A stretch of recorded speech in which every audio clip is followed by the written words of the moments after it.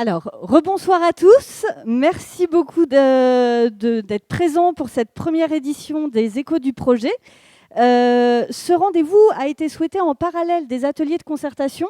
Je sais qu'un certain nombre d'entre vous ont participé à l'atelier qui s'est tenu il y a un mois, quelques semaines, atelier de concertation. Donc les échos du projet se veut un dispositif un peu parallèle d'information qui vous permettra d'avoir un regard des regards complémentaires sur le projet, sur différentes thématiques. Donc cette première édition inaugure un cycle de plusieurs thématiques. Et ce soir, le sujet qu'on va aborder ensemble, c'est l'esprit du lieu dans la fabrique du quartier. Entre passé et avenir, aujourd'hui, quelle perspective pour l'aménagement du quartier rive droite de l'Adour ? Alors, il s'agira, dans un premier temps, on va le faire en deux parties. Dans un premier temps, après l'allocution de M. Etchegaray, de regarder le patrimoine, la mémoire et l'histoire. De quoi parle-t-on ? Je vous ferai quelques petites notions de définition pour vous dire celles qu'on a choisies. Ensuite, il y aura la chronologie urbaine du quartier rive droite de l'Adour. Donc, pour faire cette partie, nous aurons comme interlocuteur Germaine Osmery, chef de projet Ville d'Art et d'Histoire, attachée de conservation du patrimoine de la direction de la culture et du patrimoine de la ville de Bayonne. Nous aurons également Josette Ponté, historienne, présidente de la Société savante des lettres et des arts de Bayonne, et monsieur Christian Prieur, trésorier de l'association Bayonne Centre Ancien et collectionneur de cartes postales anciennes. Et dans une seconde partie, nous regarderons aujourd'hui quel patrimoine nous laisse voir le site rive droite de l'Adour et quel levier pour l'aménagement du quartier, avec deux retours d'expérience qui vous seront présentés par Marie-Pierre Barré, architecte urbaniste, responsable du pôle stratégie urbaine de l'agence d'urbanisme Atlantique et Pyrénées. Et après ces prises de parole, un temps d'échange vous sera proposé si vous avez des questions ou des contributions à apporter sur ce sujet. Avant de passer la parole à Monsieur Etchegaray, la soirée est filmée car, a priori, on va la mettre en ligne pour que les gens qui n'ont pas pu y assister puissent la regarder. Donc, elle sera mise en ligne sur la chaîne YouTube de l'agglomération. S'il y en a certains d'entre vous, a priori, on est plutôt de dos, mais si certains d'entre vous ne souhaitent absolument pas être filmés, n'hésitez pas à faire un petit signe au monsieur qui est contre le poteau. Il fera en sorte de ne pas vous filmer. Voilà. Je ne vais pas être beaucoup plus longue. Monsieur Etchegaray, je vous laisse tout de suite. Merci. Bonsoir à toutes et tous. Mon propos sera rapide.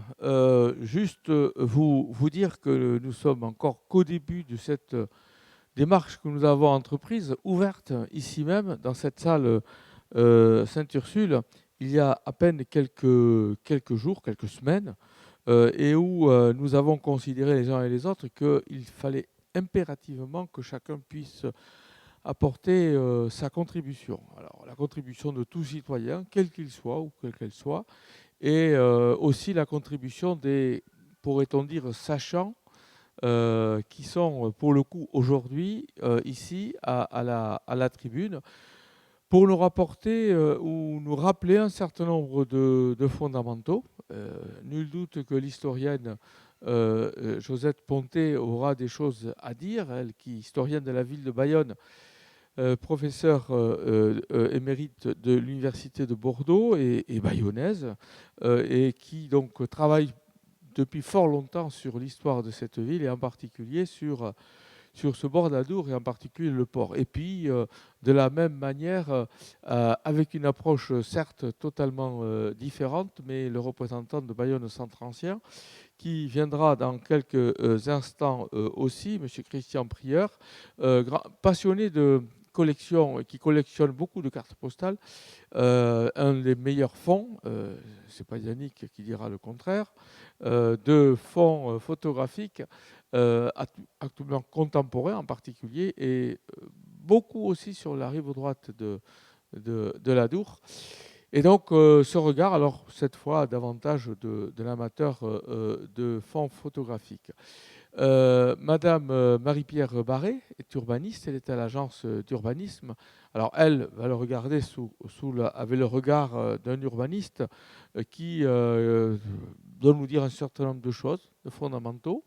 quand on aborde des sujets de cette importance sur un tel périmètre, il faut aussi peut-être avoir un certain nombre de conseils à donner, de précautions à prendre. C'est un petit peu l'objet de son intervention tout à l'heure. Et enfin, Germaine Ozeméry, qui est chef de projet à la ville d'art et d'histoire à la ville de Bayonne, qui voit les choses au travers de sa fonction, de regard qu'elle a particulièrement sur le centre historique, sachant que nous sommes ici sur une partie du centre historique de la ville, même si dans les années 70, on n'avait pas inscrit, on n'était pas là, en tout cas je n'étais pas là, dans les années 70, on n'avait pas considéré que Saint-Esprit faisait partie du centre historique. Ne me posez pas la question de savoir pourquoi, c'est ainsi, parce que même quand on a prescrit le secteur sauvegardé, au début des années 70, on n'avait pas inclus le quartier Saint-Esprit. Aujourd'hui, on trouve ça absolument étonnant, mais aujourd'hui, on veut rectifier les choses et porter un regard aussi historique sur cette partie de la ville, parce que si on essaie d'imaginer l'avenir de ce secteur, il faut peut-être aussi se souvenir du passé. Et c'est un peu l'objectif de cet atelier. Et moi, j'ai grand plaisir d'avance à avoir écouté nos quatre conférenciers.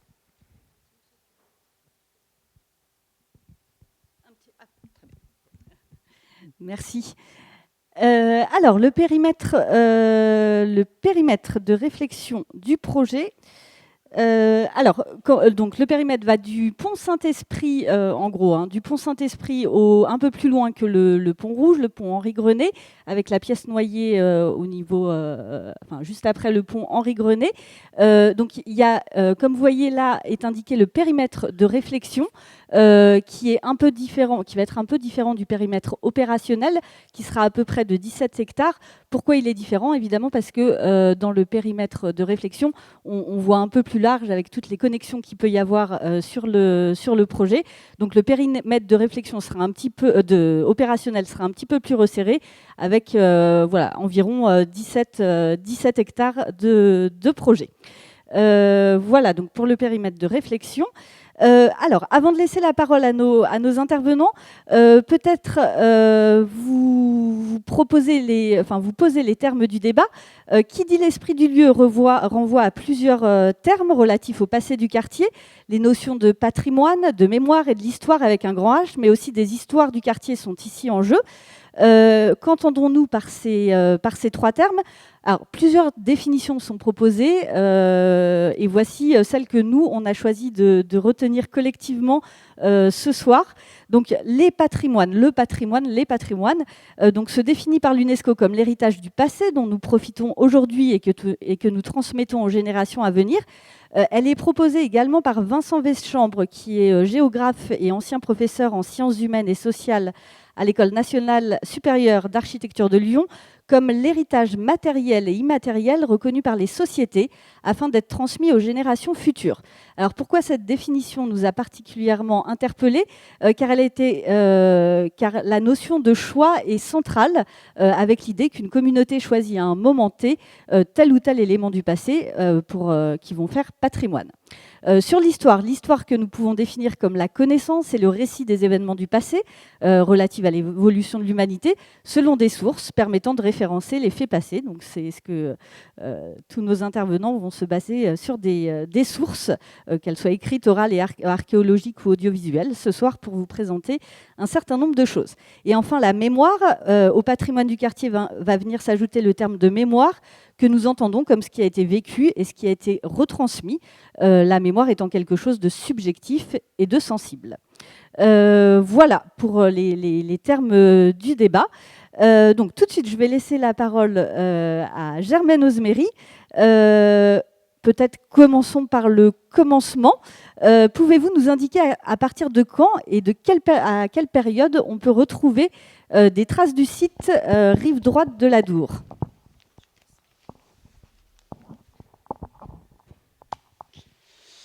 Bonsoir à toutes et à tous, merci.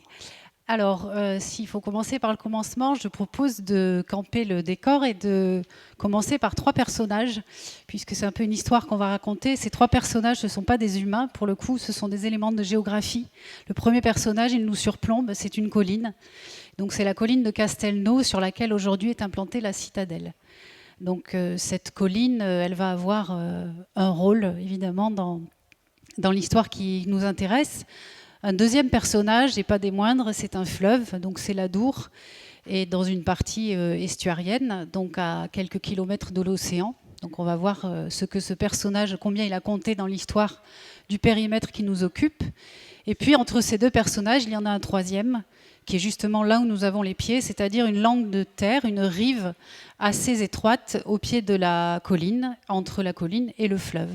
Voilà, ça nous permettra, ces trois composantes géographiques, topographiques, de comprendre l'histoire des lieux. Alors, j'ai emprunté ce plan à Alexandre Mélissinos. Évidemment, c'est une restitution. Rien ne nous dit à quoi ressemblaient les lieux au IVe siècle, mais c'est une restitution d'après des éléments archéologiques. Simplement, pour nous situer justement à la fin du IVe siècle, on ne sait pas grand-chose, sinon rien, de ce qu'il y avait sur cette rive, sinon que c'était une rive et pas du tout un quai aménagé. Et en revanche, on aurait pu voir à peu près d'ici, de là où nous sommes, nous aurions pu apercevoir, comme vous savez, l'établissement d'une première urbanisation, au loin là-bas, sur une colline en rive gauche de la Nive, qui correspond au castrum romain, donc au périmètre qui est autour de la cathédrale à peu près aujourd'hui.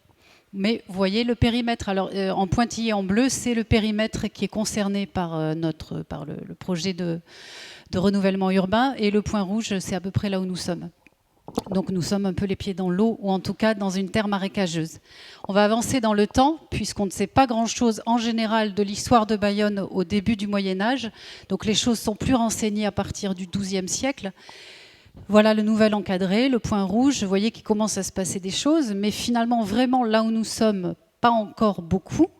Il y a quand même un événement majeur. C'est en 1130 l'établissement d'un grand pont sur la Grande Mare, la Grande Mer, en gascon, le fleuve, un pont en bois qui est décidé par le vicomte et l'évêque à l'époque.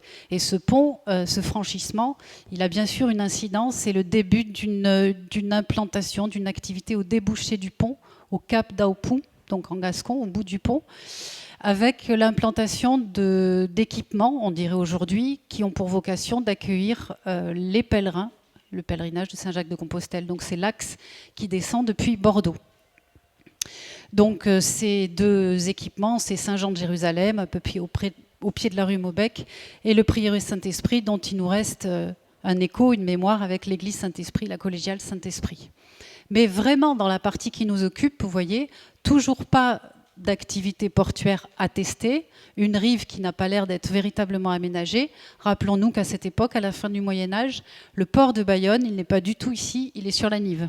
Il n'est pas sur l'Adour, il est vraiment sur la Nive, au niveau du quai des Corsaires, quai Galupri, et au niveau du carreau des Halles, à peu près aujourd'hui. Un mot quand même sur les cheminements. Donc j'ai parlé évidemment le cheminement principal, la traversée du pont, et on rejoint, on traverse ensuite les Landes, etc. Il y a quand même probablement un autre petit point de passage qui est vers l'aval de l'Adour, sur cette rive-là, puisqu'il y a un établissement religieux qui est une abbaye cistercienne, l'abbaye de Saint-Bernard. Et il y a une trace dans la toponymie aujourd'hui, le chemin de Saint-Bernard, et il y a plus qu'une trace, puis il y a des vestiges, puisque l'abbaye de Saint-Bernard, il en subsiste des éléments importants dans un ensemble de résidences aujourd'hui au niveau en allant vers le Boucau. Alors, on va évoquer une date majeure pour l'ensemble de la ville, c'est 1578, donc là j'ai fait un bond dans le temps, c'est la fin du XVIe siècle. C'est une date majeure parce qu'on va le voir aussi après avec les propos de Madame Pontet. C'est la création de la nouvelle embouchure. Vous savez, l'Adour a divagué. Pendant à peu près 2 siècles, elle a divagué à tel point qu'elle a fini par se jeter au Vieux-Boucau. Donc c'était à 30 km de Bayonne. Et à force d'efforts techniques et financiers, on a créé une volonté évidemment royale. On a créé une nouvelle embouchure qui est celle que l'on connaît aujourd'hui. Et de cette nouvelle embouchure, est né ou est rené plutôt, s'est développée l'activité portuaire. Donc ça a forcément une incidence. Alors, on va ouvrir la page du XVIIe siècle. Je ne sais pas si je suis dans les temps. On va ouvrir la grande page du XVIIe siècle. Vous allez voir que plus on s'approche, plus les siècles sont décisifs et ont laissé une empreinte aujourd'hui. XVIIe siècle, on va ouvrir cette page avec cette vue. Voilà, merci beaucoup. 1632, très belle vue, qui n'est pas un plan, hein, qui est une représentation de la ville qui est conservée à la médiathèque. Vous avez la vue d'ensemble à droite. Ah, le point rouge n'est pas tout à fait où il faut à droite, mais c'est pas grave. Et un détail à gauche, donc Saint-Esprit est à droite, bien sûr. Et donc le détail à gauche, le point rouge est à peu près au niveau de la salle Sainte-Ursule, et le périmètre qui nous occupe toujours en pointillé. Ce que montre cette vue, on va dire, enfin moi en tout cas, ce que je retiens, ce sont deux choses. La première chose, il n'y a toujours pas d'équipement portuaire, il n'y a pas d'aménagement, ça reste une rive et non pas un quai. Et une deuxième chose, c'est cet établissement que l'on devine. Non, on ne le devine pas encore, on va le voir dans la vue d'après. Donc on va retenir qu'une seule chose, c'est qu'à cette époque-là, au début du XVIIe, pas d'équipement portuaire dans le périmètre qui nous occupe. On peut passer à la suivante. Donc là, on est sur un plan, une carte, un plan de Bayonne extrêmement renseigné, puisque c'est le génie, donc c'est l'armée, on peut faire confiance à la précision des données. 1674, que nous montre ce plan. Donc la vue d'ensemble à droite, vous repérez le grand, le petit Bayonne, et puis sur la gauche, Saint-Esprit. Le détail à gauche, on zoome. Le point rouge représente l'endroit où nous nous trouvons, à peu près, hein, évidemment. Faudrait faire une superposition. Vous voyez juste à côté du point rouge, où vous le devinez, il y a un ensemble de bâtiments roses. Voilà. Alors là, c'est une date qui nous intéresse. C'est en 1624. C'est l'implantation d'un couvent qui est le couvent des Ursulines. Et nous sommes salle Sainte-Ursule. Et il y a une rue Sainte-Ursule et une place Sainte-Ursule. Voilà. La toponymie, encore une fois, garde la mémoire de cet épisode-là. Donc, c'est le couvent des Ursulines. Les Ursulines, c'est un ordre qui est né en Italie et qui avait pour vocation l'éducation des jeunes filles plutôt de bonne famille. Elles s'installent ici, au pied de la colline. Voilà, le XVIIe siècle. Au XVIIe siècle aussi, regardez en dessous, vous voyez marqué chez de Lipos. Voilà, ils renseignent, voilà, merci Alexandra, ils sont relatifs aux bâtiments en rose qui sont sur la rive. Il y a déjà des chais. Alors on va tout à l'heure parler d'autres chais, mais il y a déjà des chais qui sont, c'est-à-dire des entrepôts, du stockage, donc qui témoignent déjà d'une activité portuaire de commerce liée à l'Adour. On va pouvoir passer à la suivante. Oui, alors avant de parler, on va parler évidemment de la citadelle, mais juste avant,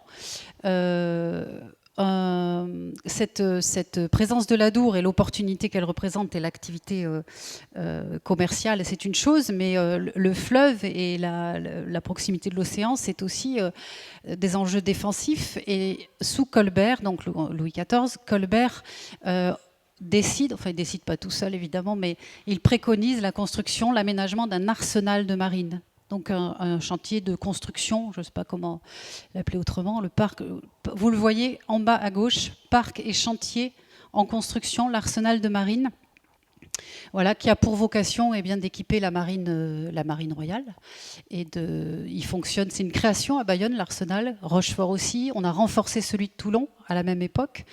Et l'enjeu, c'était de faire venir le bois des forêts d'Iraty, de le stocker, de le traiter et de construire des navires. Alors, on a essentiellement construit à Bayonne des frégates, parce qu'en raison de la difficulté du franchissement de l'Adour. Mais le chantier naval, le chantier de la marine, qui n'a pas du tout une vocation commerciale, hein, vous l'avez bien compris, c'est une vocation militaire, a bien existé. À peu près, pour vous le situer, c'est à peu près au niveau des établissements du Prat.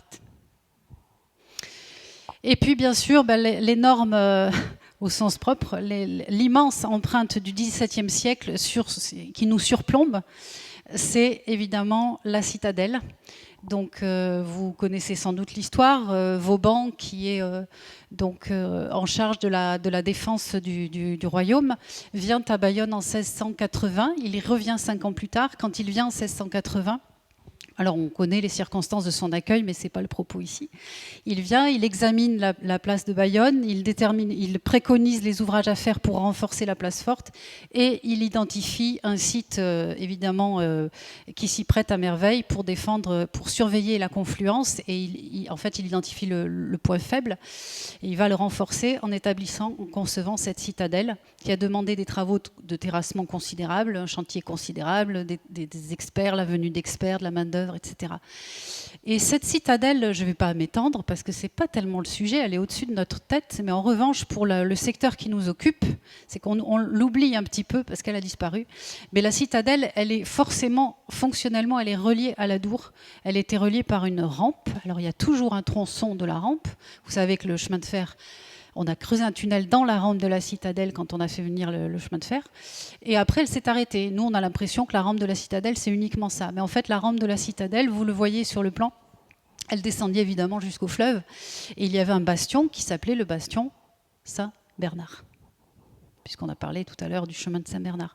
Le bastion Saint-Bernard, avec sa porte, son pont-levis, son fossé en eau, il faut imaginer à peu près le même dispositif que ce que nous avons à Mousserolles, par exemple. Donc, une fortification que Nicolas Fauchère, qui est le grand spécialiste des fortifications, qualifie de fortification maritime, de type maritime, avec des bouches à feu qui étaient censées tirer à hauteur au niveau de flottaison des navires. Donc, l'enjeu était vraiment de défendre la potentielle agression depuis l'océan, depuis l'Atlantique, depuis l'Adour. Alors, je crois que j'ai une vue. Ah oui, on va changer... sortir des cartes un peu. Voici une photographie qui est conservée à la médiathèque qui date de 1900 et qui nous montre la rampe de la citadelle dans sa composition initiale. Vous voyez le tunnel du chemin de fer, la porte avec son pont-levis qui ressemble beaucoup à celle de Mousserolles et le bastion Saint-Bernard qui plonge, qui avait carrément la pointe, comme le réduit en fait, qui avait la pointe dans l'Adour, dans l'eau. Je crois que j'ai mis une vue aérienne pour prendre la mesure de la citadelle, juste après une vue contemporaine. Voilà. On a parfois tendance à résumer la citadelle au bâti, mais il y a aussi tous les glacis qui sont à l'extérieur.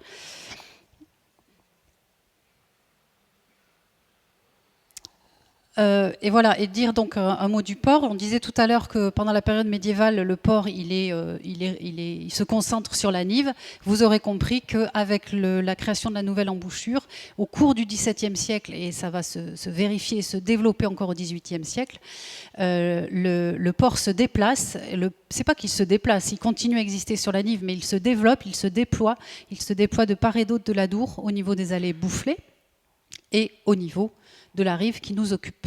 Là, je vais laisser la parole. Oui, alors Madame Josette Ponté, donc je me rappelle, historienne, présidente de la Société savante des lettres et des arts de Bayonne. Est-ce que vous pouvez nous faire un petit zoom sur le premier projet d'aménagement conçu, en tout cas voulu, qui inaugure une grande page du développement du port de Bayonne, avec Monsieur Delavoye, si je ne me trompe pas. Avec Messieurs Delavoye. Car en fait, ils sont deux, le père et le fils. En fait, comme vous venez de le voir, la rive droite de l'Adour est consacrée à la fonction militaire et à la fonction de construction navale. Ce sont là deux fonctions très anciennes et vraiment importantes de Bayonne. Et Bayonne, par exemple, à la différence de Bordeaux, est un port d'armement. Et donc, il y a des chantiers, on n'a peut-être pas vu, mais il y en a un chantier de construction navale privée également sur la rive qu'on a vu tout à l'heure. En fait, les ingénieurs du roi jouent un rôle considérable dans la vie bayonnaise. Ils sont les représentants du roi. Et par exemple, Louis de Foix est un ingénieur qui a rectifié le cours de l'Adour. On en a parlé il y a 5 minutes.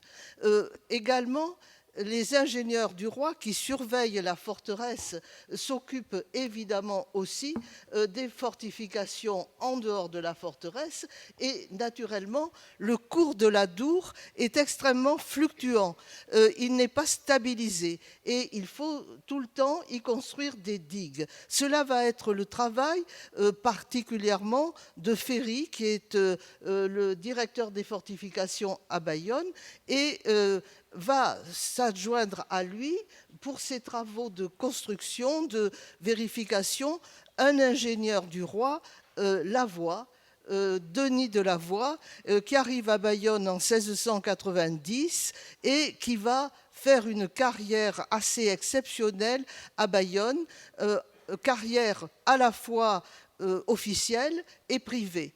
C'est un homme qui arrive mal noté. Il a été emprisonné à Brest parce qu'il touchait des pots de vin. C'est une qualification que l'on retrouve très souvent pour les ingénieurs du roi. C'est très tentant car ils ont des entrepreneurs à leur botte et en fait, ils ont très souvent tendance à prendre un peu de bénéfice sur les travaux qu'ils font. Cela a été dénoncé et à Brest, Lavoie a été embastillé, embastillé, c'est une formule, emprisonné, et il a été quand même, malgré Vauban, nommé à Bayonne ingénieur du roi en 1690. Il voit très bien l'opportunité qu'il peut y avoir à aménager la rive droite de l'Adour où il n'y a pratiquement rien encore de construit. On peut faire revoir la vue ici. Non, pardon. Oui, alors je passe. Il y a les chais de Lipos dont on vient de parler, et puis il y a tout un espace libre entre la rampe et le pont Saint-Esprit. Et Lavoie voit l'opportunité d'y construire des chais, d'y construire des quais et d'y construire éventuellement des maisons. Il est très bien en cours et très proche des milieux des fortifications du ministre de la Guerre, Le Pelletier. À ce propos, il est maille à partir toujours avec le corps de ville qui n'aime pas cet ingénieur, qui n'aime pas en gros les ingénieurs qui représentent le pouvoir royal. Et en fait, à partir de là, il va se proposer de projeter un plan complet d'équipement, de construction de chais sur cet emplacement. Il obtient, grâce à l'intendant, qui, d'après la ville, est un de ses amis, la concession de ce terrain. Imaginez la ville de Bayonne, ses magistrats, très soupçonneux d'être floués, et ils considèrent que c'est une atteinte à leur pouvoir, que c'est une atteinte à leur propriété, et ils essaient d'empêcher le projet. Tout ce qu'ils peuvent arriver à faire, c'est à obtenir du pouvoir royal un dédommagement. Lavoie va obtenir la concession, mais il va devoir payer 6 000 livres à la ville de Bayonne, qui ne fait pas une mauvaise opération en l'occurrence, et en plus, pour montrer sa propriété, elle inflige un fief à rente sur tous les chais qui seront construits de 10 livres par an. Cela semble convenir aux magistrats qui n'ont pas tellement le choix. Le duc de Gramont, qui est le gouverneur de la ville, les incite à accepter cet arrangement, ce qu'ils font. Et tout semble aller pour le mieux en 1702, lorsque surgit une opposition virulente du chapitre des chanoines de Saint-Esprit, de la collégiale de Saint-Esprit, qui a reçu de Louis XI, de Louis XI, des donations extraordinaires et qui se prétendent propriétaires du bourg. La ville de Bayonne n'a jamais réussi à pouvoir imposer sa juridiction sur Saint-Esprit, mais elle considère qu'elle est propriétaire, elle a la juridiction sur tout le flot de Mars, c'est-à-dire jusqu'à Boucau, jusqu'à Cabreton, jusqu'à le bec du Gave. Et évidemment, il s'ensuit une opposition virulente, le projet est suspendu. Et la ville ne touche pas les 6 000 livres, rien ne se fait. 1702, c'est le début de la guerre de succession d'Espagne. C'est une guerre difficile où les ingénieurs du roi de France sont envoyés au secours du roi Philippe V, le petit-fils de Louis XIV, et tout ceci fait que le projet s'éternise et ne va pas se réaliser. Denis de Lavoie meurt sans que son projet ait pu être effectué. Il laisse les plans, les papiers à sa veuve, mais rien n'est fait. Son fils aîné, Charles, qui est également un ingénieur du roi, qui a travaillé sous la direction de son père, parce qu'il faut dire qu'on est ingénieur du roi en famille en général, et que de père en fils, on devient, ou frère, entre frères, ingénieur du roi. Et là, Charles va reprendre le projet. Qu'est-ce qu'il faut? Eh bien, il faut obtenir le désistement de l'opposition des chanoines et de la ville sur les 6000 livres. Et qu'est-ce qu'il fait? Il obtient d'abord la confirmation de la donation des terrains auprès du roi. Et puis, il obtient, et c'est l'intendant qui va l'affirmer, qu'on va verser les 6000 livres à un tiers, en attendant qu'un procès soit jugé entre les propriétaires qui se disent être la ville et ceux qui prétendent l'être, aussi les chanoines. Et ainsi, le projet est repris. Mais c'est Charles de Lavoie qui va hériter donc de son père. Il est jugé apte à mener le projet. Sa belle-mère se désiste parce que son père s'était remarié et il avait un frère mineur, mais elle ne veut pas, elle n'a pas les moyens de s'impliquer dans le projet.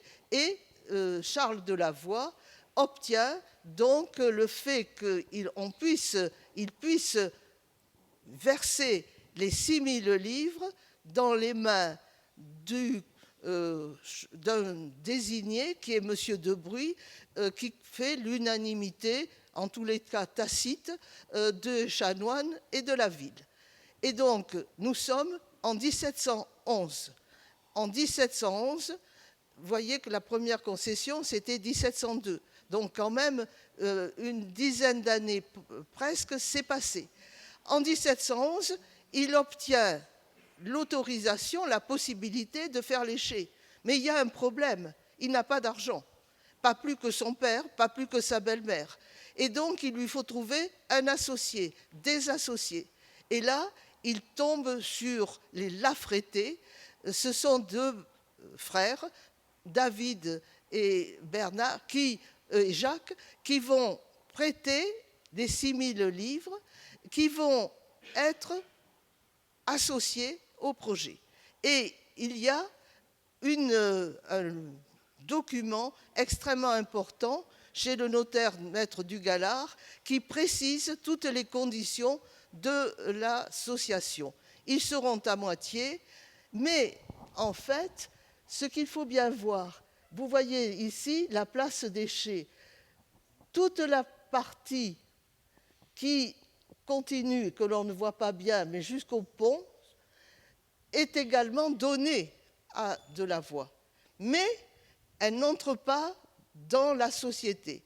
La société est faite pour les 10 chais, quais et maisons, et là, c'est ce qui va se passer.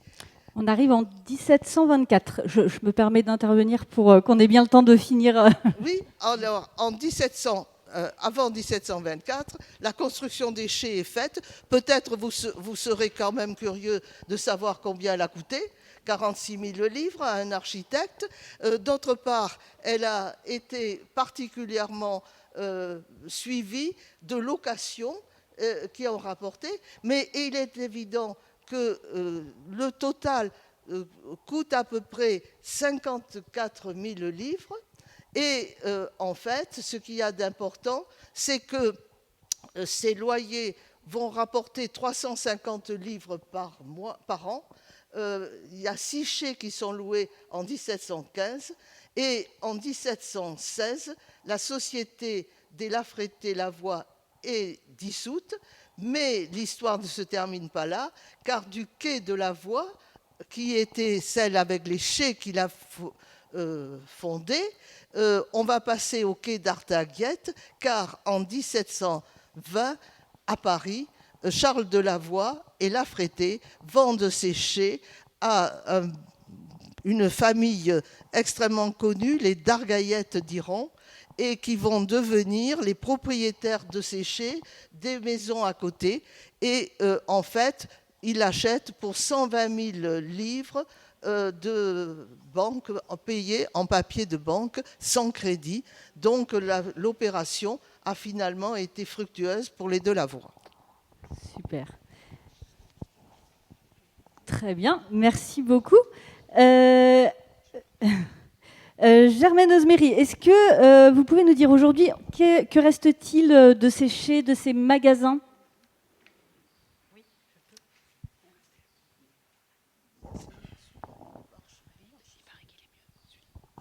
Oui, pardon.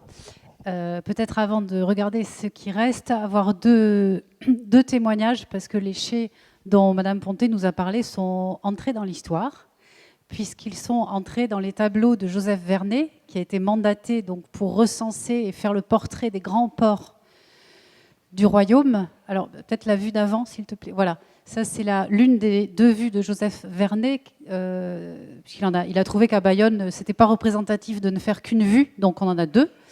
Celle-là est de 1760. Elle nous montre, donc elle est vue depuis la citadelle, elle nous montre ces fameux chais à l'arrière. Donc nous voyons en fait là où est le curseur, c'est là où voilà, c'est l'arrière des chais. Et puis la seconde vue, voilà la seconde vue, donc elle est vue depuis les allées Boufflers. Et je vais vous proposer une vue rapprochée. Merci. Alors c'est pas une vue de Vernet, c'est une gravure d'après Vernet. En recadrant, on voit très bien les chais, très détaillés. Nos chais, on profite de l'occasion pour voir, se rendre compte qu'au niveau à peu près du Didam actuellement, il y a un chantier naval. Alors pour le coup, qui existait avant, exactement. Et puis au niveau même du square, comment s'appelle-t-il ? Gambetta, merci. Au niveau du square Gambetta également. Alors, que reste-t-il aujourd'hui ? Que reste-t-il aujourd'hui ? Alors, il reste, certains d'entre vous, beaucoup savent il subsiste un de ces chais, un de ces 10 chais subsiste, mais avant de regarder ce qui subsiste, il subsiste plus que ce chais-là, parce qu'en fait, il subsiste une trame urbaine, on pourrait dire, qui conserve la mémoire de ces 10 chais qui ont été conçus de manière vraiment réglementée, etc., qui faisaient entre 35 et 38 mètres de long. Et regardez, on a transposé la silhouette du chai qui subsiste sur le front bâti, et c'est vraiment au mètre près, ça marche. Voilà, ça marche. Le chai qui subsiste, on va le voir dans la diapo suivante, c'est ce bâtiment qui a été occupé pendant un temps par le comptoir agricole et que donc les Bayonnais appellent le comptoir agricole. Voilà, ça c'était lors des dernières journées du patrimoine qu'on avait fait une visite. Donc voilà, ce bâtiment qui comporte un rez-de-chaussée, un étage, un grenier, qu'on voit là en vue aérienne, et qui a un toit à 2 pans avec des croupes couverts en tuiles canal et qui présente à l'intérieur une charpenterie de type charpenterie de marine. Voilà, donc il reste certes un bâtiment en élévation, mais il reste plus que ça, puisqu'il y a une empreinte dans la trame urbaine aujourd'hui. Alors, on vient de parcourir, vous avez vu que le XVIIe siècle était riche, le XVIIIe siècle peut-être encore plus pour l'histoire, en tout cas pour ce qui subsiste aujourd'hui. On va quand même, avant de clôturer ce siècle, il y a 2 éléments important à mentionner. Si je ne me trompe pas, et on peut peut-être faire le clin d'œil avec la concertation, déjà à l'époque, il y avait des demandes de promenades, d'espaces arborés, comme c'est le cas dans la concertation aujourd'hui. Je ne sais pas si c'était des demandes de la population exprimée. En tous les cas, on est au XVIIIe siècle, donc il y a un souci d'aérer les villes, d'hygiénisme, et on voit dans toutes les villes, dans de nombreuses villes, la volonté d'aérer, de faire des percements et de planter. Ça a été le cas à Bayonne.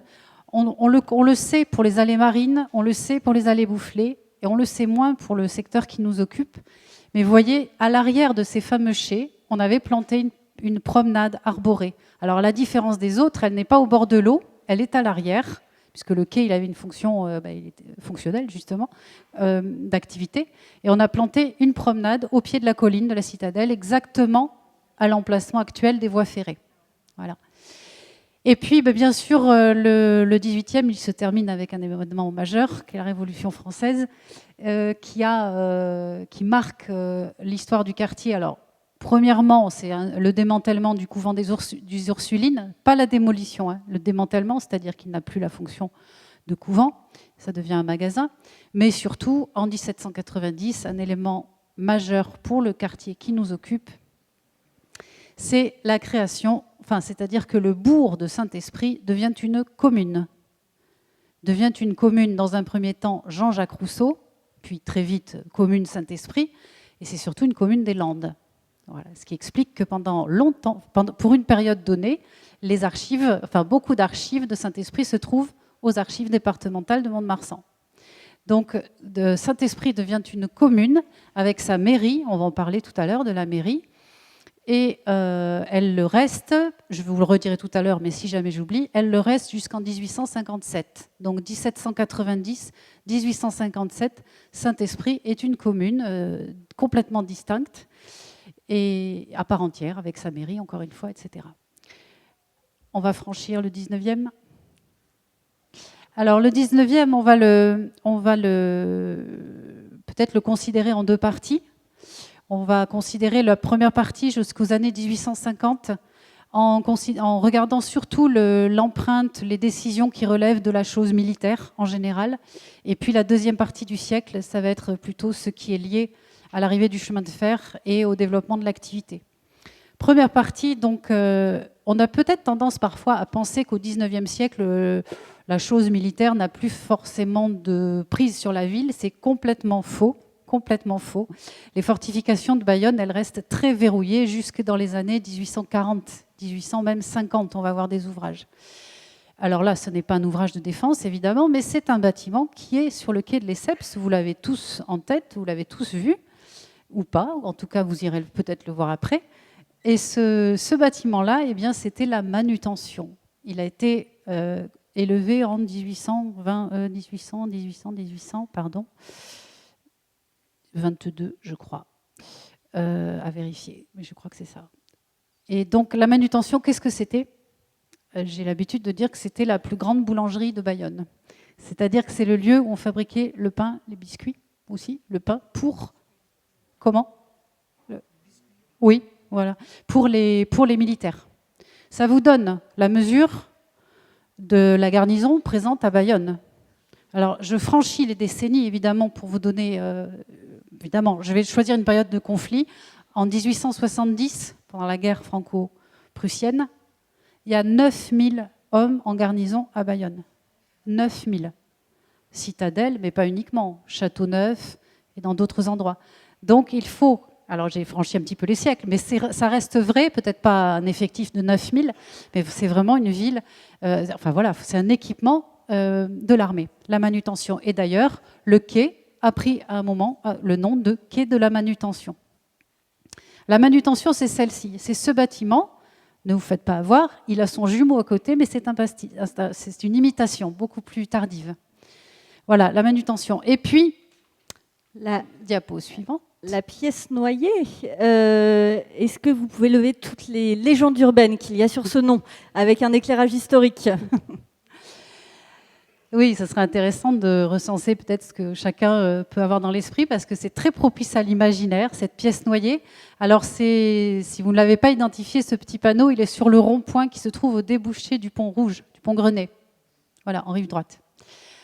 Eh bien, la pièce noyée, ce n'est pas une épave de bateau, ce n'est pas quelqu'un qui s'est noyé, pas du tout. C'est le nom d'un ouvrage défensif.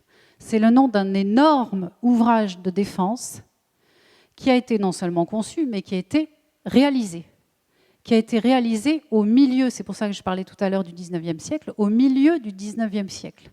Cet énorme ouvrage, donc le plan d'ensemble, magnifique plan, qui est à la médiathèque, un détail à gauche, et c'est cet énorme ouvrage, on appelle ça un ouvrage en tenaille, qui est entouré d'un immense fossé en eau, donc l'eau a une fonction défensive, noyer ça veut dire ça veut dire une pièce qui est au milieu de l'eau, et qui est, si on superpose comme ça, juste à vue d'œil, c'est une emprise qui est quasiment équivalente au cœur de la citadelle. Vous voyez, l'emprise, on a fait une superposition, vous la verrez tout à l'heure. Elle est juste après, voilà. Je crois. Non, elle n'est pas rentrée. Tu veux aller la chercher? Voilà.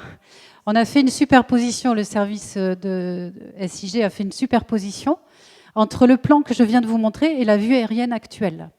Donc tout le monde le voit, le pont Grenet, le pont rouge, le petit rond-point au bout qui porte le nom de la pièce noyée et l'ampleur de ce qu'était cette pièce noyée. Voilà.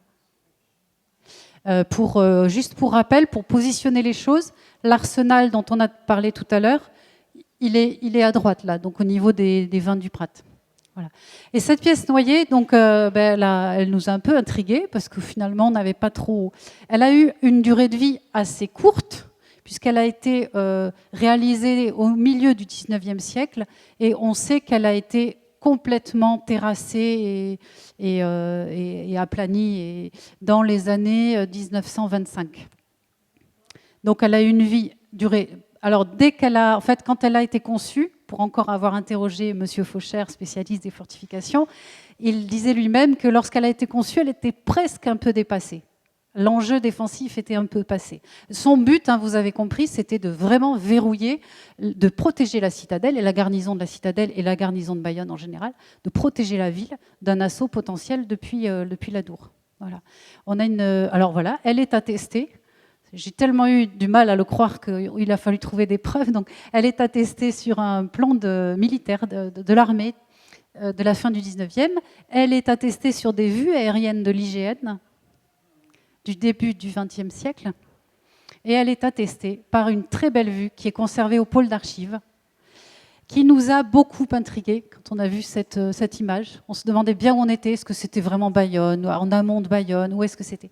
En fait, vous êtes là, imaginez que vous êtes sur la pièce noyée, enfin sur l'ouvrage en dur, évidemment, et vous voyez l'immense fossé en eau et la sorte de petite digue, et l'Adour à l'arrière, et à l'arrière, donc, ce sont les allées marines, et le Montbrun, sans doute, au loin, là-bas. Voilà. Vous n'irez plus jamais sur le rond-point de la même manière maintenant. Alors, une autre ère s'ouvre ensuite avec l'arrivée du chemin de fer, si je ne me trompe pas. Et est-ce que j'ose parler d'annexion du quartier Saint-Esprit par Bayonne, également dans cette ère? Je ne sais pas si c'est le mot qu'il faut employer. Je demande si effectivement, un événement majeur, c'est l'arrivée d'une voie ferrée. Donc, c'est la compagnie des chemins de fer du Midi qui obtient la concession de Bayonne à Bordeaux.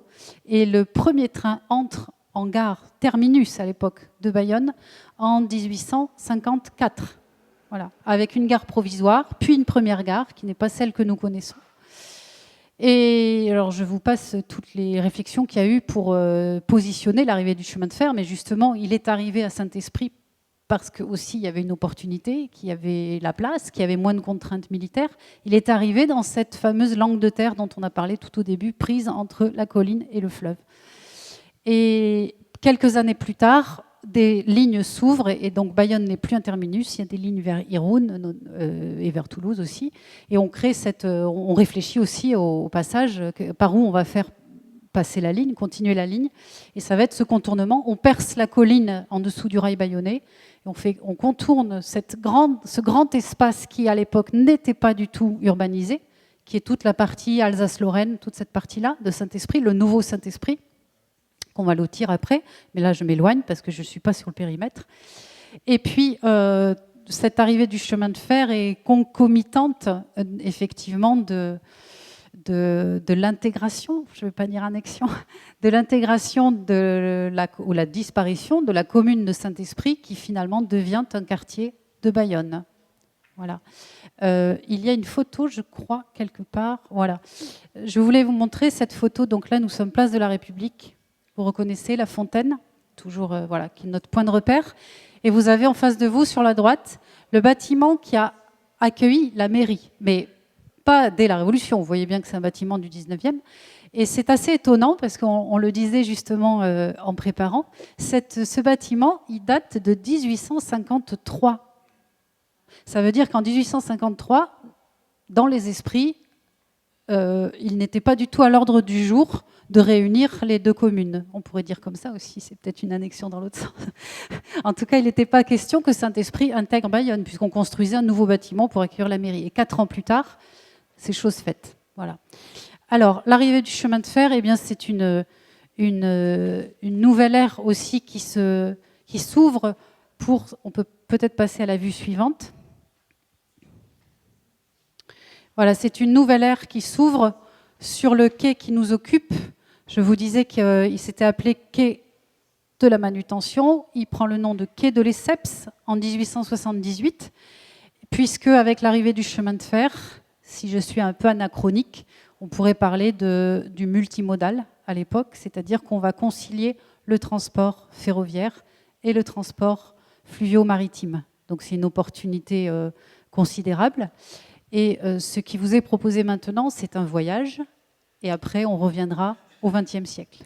Exactement. Alors, Monsieur Christian Prieur, donc je rappelle, vous êtes trésorier de l'association Bayonne Centre Ancien et collectionneur de cartes postales anciennes. Est-ce que vous pouvez nous montrer et nous raconter à travers votre collection personnelle de cartes postales et de photographies, si je ne me trompe pas, l'activité que nous pouvions retrouver sur le quai de Lesseps fin 19e, début du XXe siècle. Et pour cela, si je ne me trompe pas, vous allez commencer la promenade du pont Saint-Esprit en remontant vers le port. Exactement. Bonsoir. Avec l'aide de mes cartes postales, je vais vous montrer l'activité qui régnait sur le quai de Lesseps en cette fin du 19e et début du 20e. Cette vue du port au quai de Lesseps, où l'on voit que le bois pour la construction navale est transporté par flottage sur la Dour par des radeleurs qui venaient de Tartas pour l'île aux bois de Saint-Bernard après 4 jours de navigation sur le radeau. Ici, le passage délicat sous le pont Saint-Esprit. Revenons au port. D'abord, comme l'a démontré Madame Pontet, quai de l'Hippos, puis quai de la Voie, puis de la Manutention, et j'en oubliais un, quai de Dartaillette. Mais depuis 1878, il prend le nom d'une vieille famille bayonnaise, le quai de Lesseps, sans doute en hommage à Ferdinand, qui venait de réaliser le canal de Suez. Depuis l'ouverture des forges du Boucau, en 1882, l'importation de charbon prenait une grande partie de l'activité du port. En bas à droite, la voie de chemin de fer se poursuivait sur le quai Amiral Bergeret, jusque devant l'usine de liqueurs Isara, qui fonctionna de 1912 à 1998. Sur la gauche, c'est la rue de l'Esté. Une fois la liqueur mise en bouteille, elle était expédiée par bateau pour Paris, comme le précise cette photo. Sur le port, les dockers transportaient le charbon sur leur tête, protégés par la houille, sorte de hotte formée dans un sac garni de paille. La partie reposant sur les épaules était renflée pour former une plateforme qui recevait la corbeille. Cet ensemble pesait 10 kg, plus 80 kg de charbon, ce qui faisait une charge de 90 kg. Ils étaient costauds à l'époque. Devant le travail très dur et mal rémunéré, les dockers se sont mis en grève en mars 1911, bloquant complètement le commerce du port. Ils réclament des journées de travail de 10 heures, des repos les dimanches et les jours de fête. Il fallut l'intervention de l'armée pour que tout rentre dans l'ordre fin avril, après que les manifestants aient obtenu une bonne partie de leurs revendications. Mais il a bien fallu reprendre le travail. Le plus souvent, il fallait décharger les bateaux en marchant sur un madrier de 90 cm de large appelé rance, plus ou moins en pente suivant la marée, ce qui occasionnait quelques nombreuses chutes dans l'Adour. On voit sur cette photo que les sacs de blé de Russie ou peut-être de guano du Chili étaient débarqués du cargo sur une galupe qui pouvait desservir les moulins environnants ou les maraîchers. Le guano, pour vos informations, est la fiente des oiseaux qui est un excellent engrais naturel, pas chimique. En retour, les bateaux chargeaient des poteaux de mine de la forêt des Landes pour Cardiff, Swansea ou Glasgow en Écosse. Comme les bateaux venaient de pays étrangers, il y avait toujours des douaniers en pantalon blanc sur le quai. Ce bateau à vapeur, le Normand, immatriculé à Bayonne, il doit communiquer un événement avec ses fanions déployés entre ses mâts. Voici une photo de 1898 prise par Benjamin Huard, nous montrant le quai de Lesseps avec de nombreux bateaux bord à bord, ce qui démontre une intense activité en cette fin du XIXe siècle. Plus de 400 personnes pouvaient s'y croiser en même temps pour le déchargement et le rechargement des navires qui devaient rester le moins longtemps possible à quai, bien sûr. En 1900, l'industrialisation commença par la seule grue de l'époque qui soulevait 5 tonnes à manivelle à la main. Elle appartenait à la Compagnie du Midi. Sur le quai de Lesseps, on comptait une quinzaine d'appontements. À droite, l'enseigne de la maison Worms, spécialisée dans l'import du charbon anglais, du coke pour les forges de l'Adour et de l'anthracite pour le chauffage.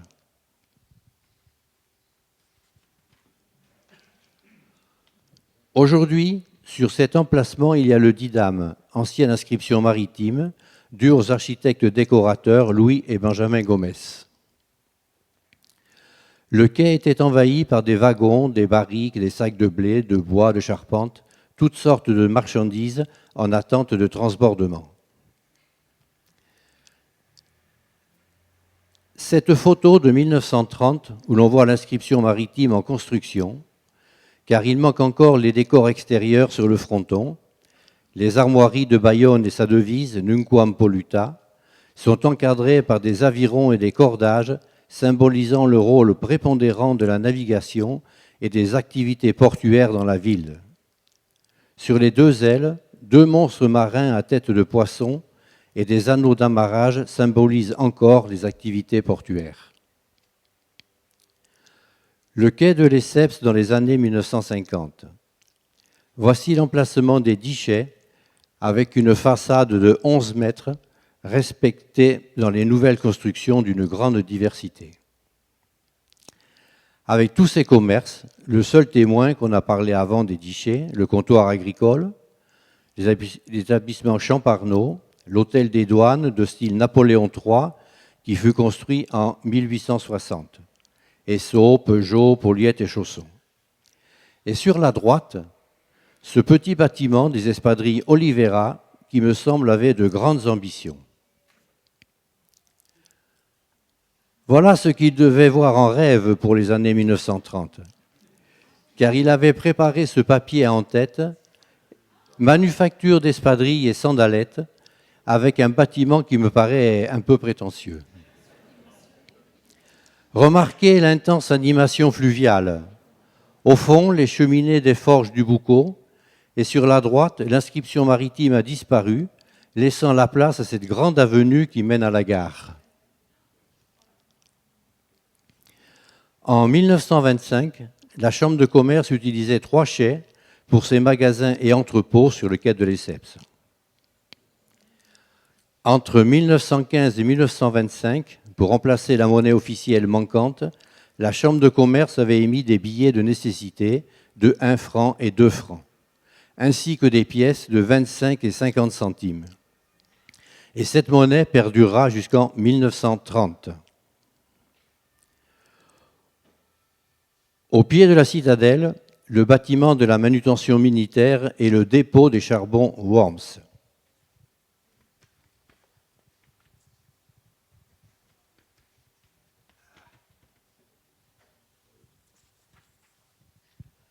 remplacés plus tard par ces 2 hangars de stockage de la Cernam, un pour préparer les expéditions et l'autre pour les envois. Et ces bâtiments étaient appelés la petite vitesse. On se demande pourquoi. Les différentes qualités de charbon de la société Worms étaient stockées à ciel ouvert dans un grand parc. Le charbon arrivait brut d'Angleterre, il était trié à la main pour séparer les cailloux de l'anthracite, le meilleur combustible de chauffage. Puis, l'arrivée de la fée électrique soulagea le travail avec l'utilisation de tapis roulants. Il existait plusieurs sortes de charbon. Je lis le polonais, l'anglais, le menu flambant, le Cardiff anthraciteux, l'anthracite de Swansea, la briquette anglaise et le boulet flambant. Tout cela détaillé dans cette proposition de prix des établissements Raymond Froid en 1938. En revenant par la rue Sainte-Ursule, voici une vue vers 1900 depuis la citadelle, le bâtiment de la manutention militaire, et sur sa gauche, les 3 chais de la Chambre de commerce. Puis, allant vers Saint-Esprit, il restait encore les 10 chais construits en 1711 par l'ingénieur Denis de Lavoie, que Mme Ponté nous a expliqué, pour servir d'entrepôt à l'activité du commerce bayonnais. En bas, la voie ferrée et le mur de séparation de la rue. Vers 1935, une vue depuis la citadelle. Derrière l'inscription maritime, il y avait la maison du marin, qui sera démolie en 1969 pour faire place à la Bourse du Travail où nous nous trouvons actuellement. Sur la droite, l'hôtel Vauban, Épauliette et Chaussons, dont on a vu la façade sur le quai. Mais revenons vers le pont. Cette vue dégagée du quai Amiral Antoine Sala nous montre l'îlot entre la rue des Graouillas et la rue Sainte-Ursule. Sur la hauteur, le château de Caradoc. Aujourd'hui, l'Atalante, avec sa façade moderne, a rempli le vide entre les 2 bâtiments de style différent. Seraient-ce les prémices du futur aménagement du quai de Lesseps? L'avenir nous le dira.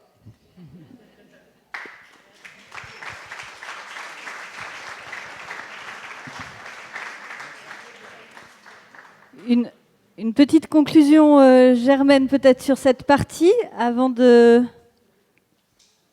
Oui, pour donner un peu de perspective quand même sur la fin du XXe siècle et comment nous sommes passés des cartes postales que l'on vient de voir à aujourd'hui. Dans les années 30, la crise économique des années 30, plus les prémices du transport par camion ont mis à mal le transport ferroviaire. Donc déjà, ça a commencé un peu à être... Le secteur a connu quelques difficultés. Et puis, de toute manière, l'étroitesse du site ne permettait pas des aménagements considérables qui étaient nécessaires. Le port a commencé à basculer un petit peu plus vers les allées marines. On a peut-être tendance à l'oublier, mais là aussi, il y a beaucoup de cartes postales qui renseignent sur l'activité portuaire, sur les allées marines. Et puis ensuite, vous savez, c'est la création des forges au Boucau et qui commence à signer le déplacement vraiment du port, de l'activité vers l'aval. Et ce déplacement du port vers l'aval, il est, on va dire, entériné quelque part par le pont Grenet en 1995, qui, par sa structure même, ne rend pas possible l'entrée de navires plus en amont. Ce qui veut dire qu'évidemment, dans les années 90, ce n'était plus un sujet.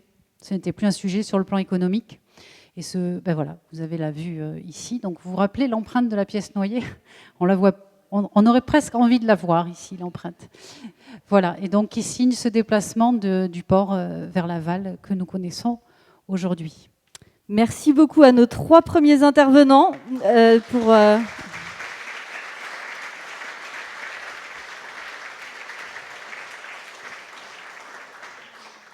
Et pour leur intervention et leur préparation qui a demandé pas mal d'investissement. Donc merci beaucoup.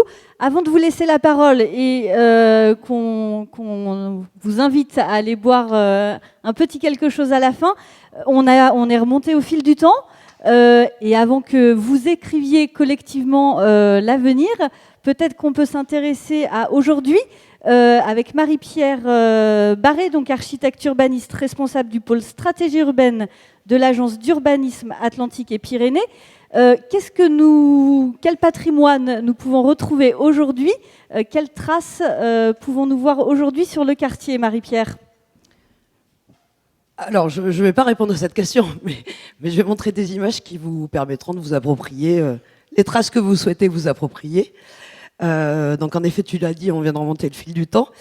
En même temps, je crois qu'on est là juste pour ouvrir une nouvelle page dans l'histoire, plus contemporaine. Et quelque part, ça tombe bien parce que je pense que tout ce que vous nous avez invité à partager ce soir, 3 intervenants précédents, c'est de montrer qu'en fait, ce site, c'est dans son ADN que de se transformer. Voilà, militaire, naval. Donc, ça reste à écrire. Donc, sur les définitions que tu nous as données en premier lieu, moi, j'aime bien retenir transmettre, parce que je pense que c'est ce que nous avons tous à faire. Vous avez dit, monsieur le maire, précaution.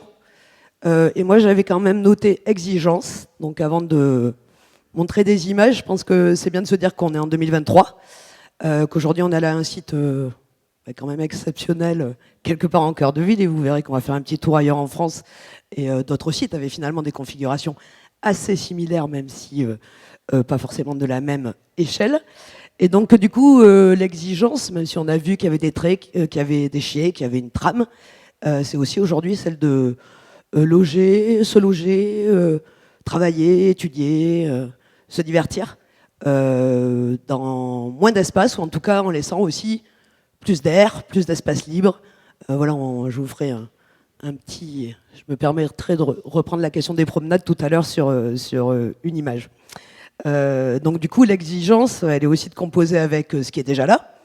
Donc ce qui est déjà là, on a vu à travers les siècles, voilà, mais ce qui est déjà là, c'est ce site. Donc ça, c'est une photo qui est toute récente. Donc on pourrait se dire que le patrimoine, avant tout, et ça a d'ailleurs été beaucoup dit, c'est un site qui a quand même une géométrie très particulière. Tu l'as dit, un peu coincé quelque part entre coteaux ou collines et eau, très, très étroit, très long et très étroit. Donc déjà, je peux vous montrer cette vue qui est peut-être celle que l'on a le plus en tête, mais si je vous montre l'autre côté, c'est-à-dire plutôt depuis un petit peu avant le pont rouge, eh bien peut-être que c'est pas tout à fait le même site. C'est-à-dire ce qui apparaissait précédemment comme étant un premier plan très marquant. Quand je le regarde depuis donc Duprat, doit être quelque part à droite, et le rond-point du pont rouge également, eh bien c'est le même site, mais c'est pas tout à fait peut-être la même vision. Sur la suivante, donc l'eau, on a beaucoup parlé de l'eau, puisqu'en fait tout le passé de ce site, il est lié à la présence de l'eau, bon, comme énormément d'implantations humaines. Donc l'eau, c'est sans doute aussi une manière, chacun sa réceptivité, son imaginaire par rapport au patrimoine, mais enfin, a priori, on ne pourra pas trop ne pas faire avec l'eau. Donc l'eau, là, elle est plutôt, je dirais, calme. Mais l'eau, pour certains, on la connaît un peu plus agitée. Donc voilà, au calme ou agité, le site vue du sud, vue du nord. Suivante. Alors la façade sur l'eau, on a beaucoup parlé de la façade, on a beaucoup parlé de cette trame qui a été respectée. Voilà, le patrimoine, ça peut être aussi cette façade sur l'eau, qui est donc un petit bout du site sur lequel il va y avoir un projet. Celle d'après peut-être. Donc là, on a regardé depuis la rive gauche, mais c'est quand même sympa de se dire aussi que la façade, c'est aussi celle qu'on voit depuis le site, qui est quand même sans doute ce qui est aussi une belle trace de patrimoine. Donc là, c'est pris du Didam, de la terrasse du Didam. De la Talente, pardon. Mais il y a aussi une très belle terrasse au Didam, mais elle n'a pas tout à fait le même cadrage. Donc voilà, c'est ça. C'est aussi, c'est une ligne, voilà, qui n'est pas la même, mais c'est une ligne. Il peut y avoir d'autres lignes. Donc la citadelle, on en a également beaucoup parlé. C'est quand même quand on rejoint la rive droite depuis le pont Saint-Esprit et même depuis le cœur de Bayonne, en fait, la citadelle est un ensemble très imposant, donc qui crée quand même une ligne de ciel très particulière. Donc c'est aussi une autre manière, sans doute, de le voir, et aussi une autre ligne. Vous en avez parlé, Christian, bah là, il y a plusieurs lignes, et puis il y a une ligne qui a été réinterprétée, puisque on l'a vu dans les photos précédentes, où on ne l'a pas vu parce que je ne les voyais pas très bien, mais il y avait le bâtiment d'entre-deux qui était beaucoup plus bas, donc là, surélevé, et puis on est dans de l'architecture contemporaine, mais qui respecte quelque part des lignes ou ce que l'on peut imaginer de ce bout, de ce quartier qui reste à développer. La suivante. La trame, on a beaucoup parlé de la trame, je viens d'en reparler. Elle est quand même très singulière, très étroite, c'est 40 mètres de long, 11 mètres de large. Donc ça aussi, c'est un terrain de jeu formidable. Après, si je reviens sur ce que j'avais dit tout à l'heure au niveau des exigences, on peut aussi se dire que cette trame, elle est peut-être pas très facile à vivre, hein, puisque historiquement, et vous venez quand même de nous le raconter, on n'habite pas forcément dans cette trame. En fait, on y travaille, on y entrepose, on peut y faire des biscuits.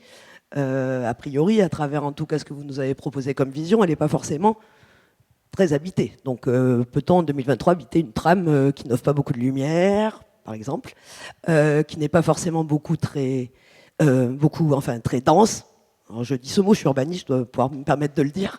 Aujourd'hui, on n'a pas fait l'exercice de sommer les mètres carrés qui existent aujourd'hui, mais est-ce que c'est raisonnable de se dire que voilà, qu'on ne pourrait faire qu'avec ces mètres carrés et développer comme ça un site si précieux en cœur de ville?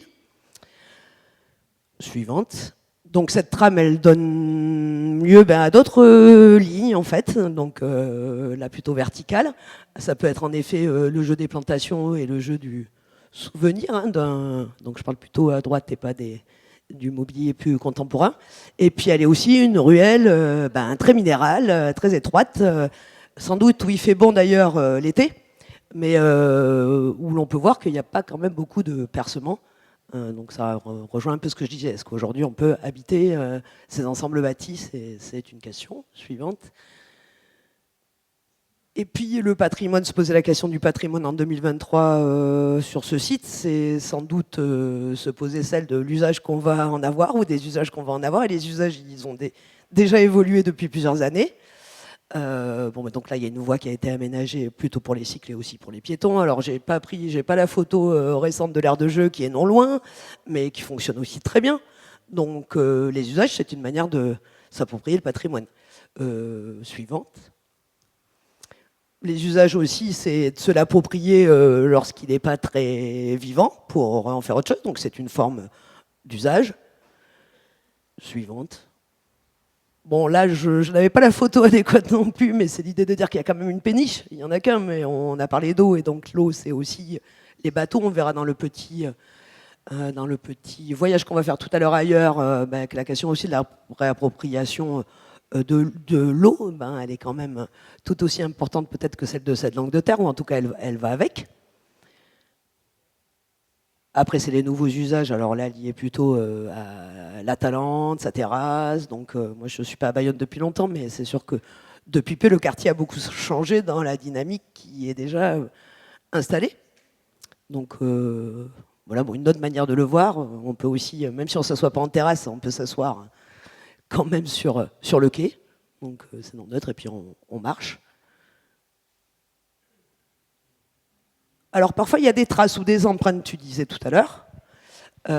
Donc là, ça pourrait paraître anecdotique, mais donc c'est rue des Garouillas. Et donc ce sont des grenouilles, on ne les voit pas très bien sur la photo, puisque tu nous l'as dit dans l'histoire, c'était un marais. Donc ça, c'est une manière aussi de faire patrimoine, que de se dire, ça a été un marais, j'ai des grenouilles sur un mur. Ça peut apparaître peut-être, c'est un détail peut-être pour certains, mais c'est une manière de conserver une mémoire du lieu et un esprit du lieu. Donc des traces ou des empreintes, il y en a d'autres. Alors là, je m'étais noté, mais du coup, je lis même pas mon truc, mais je m'étais noté que tu disais tout à l'heure, on a planté des arbres. Je n'ai pas pu m'empêcher de me dire qu'on avait planté des voitures. Puisque c'est en lieu et place des allées dont Germaine nous a parlé. Et en fait, la trace, c'est la rampe de la citadelle qui, quelque part, on l'apprécie quand même assez moyennement dans la manière dont occuper l'espace autour duquel elle s'ancre, en fait. Donc, je pense que beaucoup d'entre nous n'avaient, en tout cas pour ma part, prêté vraiment attention à la rampe de la citadelle avant de vous rencontrer et voilà, et d'avoir du coup un autre regard sur les choses. Les traces, ça peut être aussi des matériaux anciens et des plus contemporains. Ça peut être des détails historiques, on a vu le passé maritime, naval. Pardon? Oui, mais parce que le patrimoine, c'est vivant, donc il y a une bouteille. Voilà. Voilà, ça peut être aussi quelque part un détail architectural, que l'on peut vouloir d'ailleurs regarder ou réinterpréter, mais qui est assez singulier, en tout cas. Voilà, ça peut être une trace, donc là c'est plutôt, je ne vais pas me tromper, c'est plutôt le didame, donc ça peut être une rampe, et donc un style qui reste en mémoire. Voilà, ou le rapport à l'eau, avec cet escalier qui nous engage à aller vers l'eau. Alors aujourd'hui, on n'a pas ce rapport à l'eau, mais ça veut dire qu'on l'avait. Donc ça fait patrimoine aussi. Une trace du passé maritime. Et puis, militaire. Et puis, je voulais faire un petit clin d'œil parce qu'il y a des jeunes aussi. Alors, il n'y en a pas forcément beaucoup dans la salle, mais souvent à ces heures-là, il n'y en a pas beaucoup. Donc, c'est tout à fait normal ou classique. Mais par contre, il y en a qui ont travaillé. Et l'année dernière, il y avait un atelier organisé avec le DIDAM, des scolaires, des enseignants et des artistes qui s'appelait Transit. Enfin, dans le cadre de Transit, qui est un atelier, je pense, annuel, qui portait donc sur la rive droite, puisque nous étions en train de travailler avec le groupe d'historiens. Et ce que je trouvais intéressant, c'est que ces jeunes, ils ont beaucoup représenté, en fait, plutôt le grand site. L'eau, la végétation, donc le patrimoine végétal. Voilà, et je trouvais intéressant de faire un petit clin d'œil à leur travail, et je sais qu'il y a d'autres travaux en cours avec d'autres scolaires, d'autres... On continue à les faire travailler, voilà. Effectivement. Voilà, mais je trouve que c'est aujourd'hui se poser quand même la question du patrimoine dans un projet qui va renouveler en fait l'espace dans lequel nous sommes aujourd'hui d'une manière ou d'une autre. C'est quand même forcément se poser la question de ceux à qui on va le transmettre, donc a priori plutôt des plus jeunes que nous. Voilà. Exactement. On a été voir, on avait fait un atelier avec les collégiens dans le collège. Vous voulez en dire un mot, Yoseba? Non. Donc on a rencontré les délégués de classe de tout le collège Camus, pardon, le nom m'échappait, de tout le collège Camus la semaine dernière. Ils nous ont produit des super plans. On est en train de faire le compte-rendu, on vous les montrera. Ils ont eu des préoccupations assez similaires sur certains points à celles des adultes et d'autres beaucoup plus, autres. Ils étaient très attachés notamment à l'université. Enfin voilà, on vous fera le point et le compte-rendu de ça. Et on va voir en septembre les élèves de l'école Jules Ferry, donc des plus petits, les classes de CM2 de l'école Jules Ferry. Donc évidemment, ils seront associés. C'était la petite transition. Et peut-être, pour finir, Marie-Pierre, vous souhaitiez, qui dit avenir, qui dit penser l'avenir, dit peut-être s'inspirer ou en tout cas regarder ce que font les autres collectivités ou les autres territoires. Et vous avez souhaité nous faire part de 2 expériences inspirantes, alors qui sont inspirées de l'histoire du patrimoine, de la mémoire du lieu, pour des raisons différentes. La première, c'est le site de Saint-Vincent-de-Paul à Paris, dans le 14e arrondissement, qui est porté par Paris et Métropole Aménagement. Donc là, on est plutôt sur une histoire hospitalière. Et le site de l'île de Nantes, porté par l'aménageur La Samoa. Et là, on retrouve également les problématiques du fleuve et tout ce qu'ils en ont fait. Je vous laisse la parole, Marie-Pierre. Merci. Donc peut-être petit avertissement. Là, l'idée, c'est pas de se comparer. Vous verrez qu'il y a 2 échelles, 2 sites qui n'ont rien à voir. On n'est pas du tout dans le même contexte. Mais c'est plutôt de se dire que font d'autres territoires en fait quand ils renouvellent des espaces. Donc par contre, la situation, par bien des aspects, d'ailleurs que ce soit à Paris, Saint-Vincent-de-Paul ou l'autre inspiration est l'île de Nantes, qui ont, vous verrez les points communs que vous avez envie d'y voir, mais qui peuvent être inspirants parce que la situation est finalement pas si lointaine, même si la comparaison, comme elle n'est pas toujours raison, nous ne comparons pas ces 2 expériences. Donc ce qui est intéressant dans les 2, en tout cas, c'est qu'elles ont fait avec du patrimoine, donc il y avait du déjà là, c'était déjà renouvelé, imaginer un projet, mais avec quelque chose qui existe. Donc on va commencer par Saint-Vincent-de-Paul. Alors, je vais être tout à fait honnête, je ne connais pas ce projet, je n'y suis pas allée. Donc je vais vous dire ce que j'en ai lu, et s'il y a des spécialistes qui n'hésitent pas à me rattraper par la manche, parce que je peux faire quelques petites erreurs. Donc l'idée, c'est plutôt de vous les présenter très brièvement, et puis après d'avoir quelques photos qui permettent de partager en fait des manières de faire avec le déjà là, de faire du patrimoine contemporain avec du patrimoine parfois très ancien. Donc là, juste pour se situer, la Fondation Cartier est juste en bas, c'est Paris 14e. Je ne connais pas forcément Paris comme ma poche. Juste pour avoir une idée d'échelle, c'est environ un peu plus de 3 hectares. Donc c'est quand même beaucoup plus petit que les 17 hectares qui sont l'objet du projet de rive droite de l'Adour. Voilà, mais c'est juste pour donner une petite indication. Donc c'est un quartier très dense, on est à Paris, par contre c'est aussi un quartier très végétalisé, on le voit puisque la Fondation Cartier en fait, elle est dans un parc. Il y a de nombreux parcs autour en fait, de la parcelle, du morceau d'îlot dans lequel va se produire ce projet. Je vous dis ça parce que je sais que ce projet, peut-être dans ses fragilités, on a pu lui reprocher de ne pas avoir suffisamment planté ou d'avoir insuffisamment planté. Suivante. Ce qui est intéressant, ce que j'ai retenu dans ce plan, donc c'est pas tellement pour le plan, on va pas faire une analyse du projet aujourd'hui, mais c'est de voir qu'en fait on a conservé certains morceaux, donc c'est plutôt les bleus clairs que l'on a réhabilités, à qui on a donné une autre fonction, où on a pu faire des transformations intérieures, mais pas forcément extrêmement lourdes. Et puis que parfois aussi, c'est les bleus plus foncés. Vous allez voir une image qui peut-être ne vous plaira pas, mais on n'est pas là pour parler d'esthétique, mais plutôt de ce qu'on peut faire. C'est un patrimoine qui a été réhabilité et surélevé et rehaussé. Donc c'était peut-être intéressant par rapport à ce qu'on a pu partager sur le site. Donc là, il y avait quand même dans ce quartier, tu l'as dit, c'était un quartier hospitalier avec une très forte tradition d'accueil, puisque en fait, pendant des siècles, on est parti plutôt d'une fondation religieuse, mais pour finir avec une maternité, un endroit en fait où on accueille des enfants, enfin des maladies, où on soigne les maladies infantiles.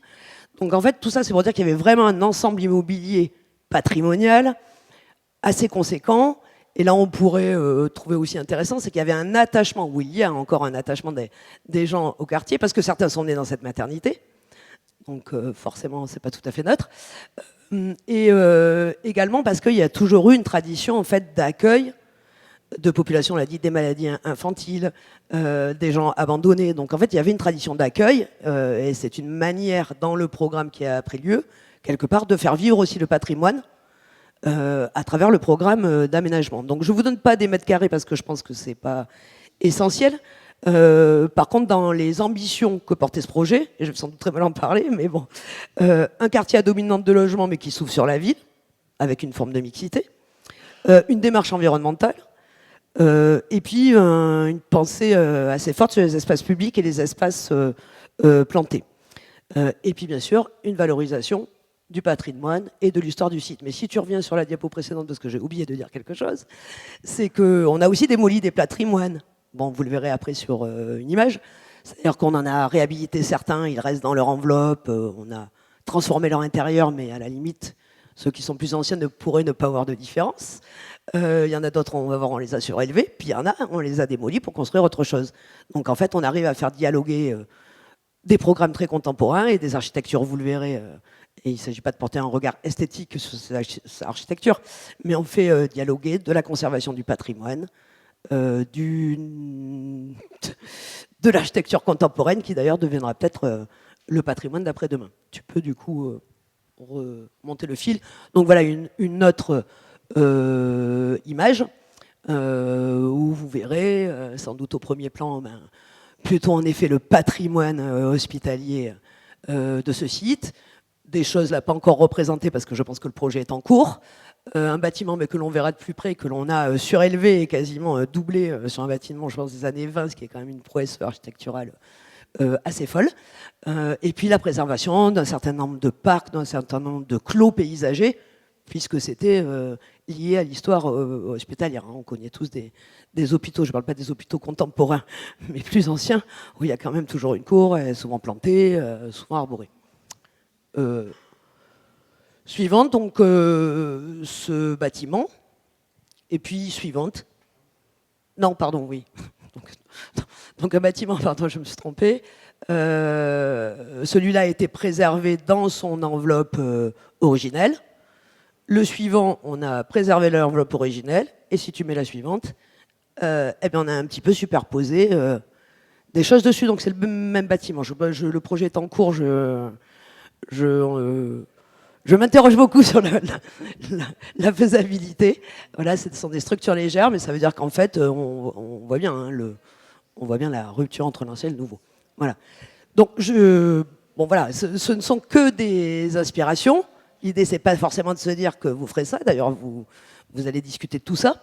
En tout cas, c'est aussi possible et c'est une manière de faire avec le patrimoine existant. Voilà.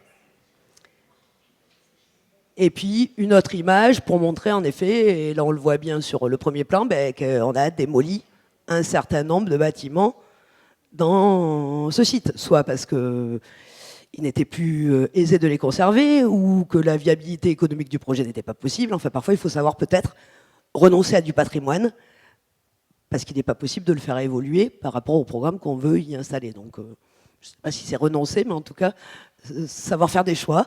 Et parfois, c'est aléatoire. Et parfois, dans des projets, on va en parler avec l'île de Nantes, ça vient aussi quand on avance dans le projet. Il y a des choses que l'on croyait possibles, qui ne le sont plus, pour des raisons techniques, financières, pour différentes raisons. Voilà une autre vue qui est plutôt une image de synthèse, mais où l'on voit aussi du patrimoine, notamment avec une brique qui a été adaptée, aussi surélevée, avec d'autres percements. Voilà, on peut aussi jouer avec le patrimoine, et c'est une source d'inspiration, notamment pour les concepteurs. Donc là, on descend vers chez nous, on rentre à la maison, donc on passe par l'île de Nantes.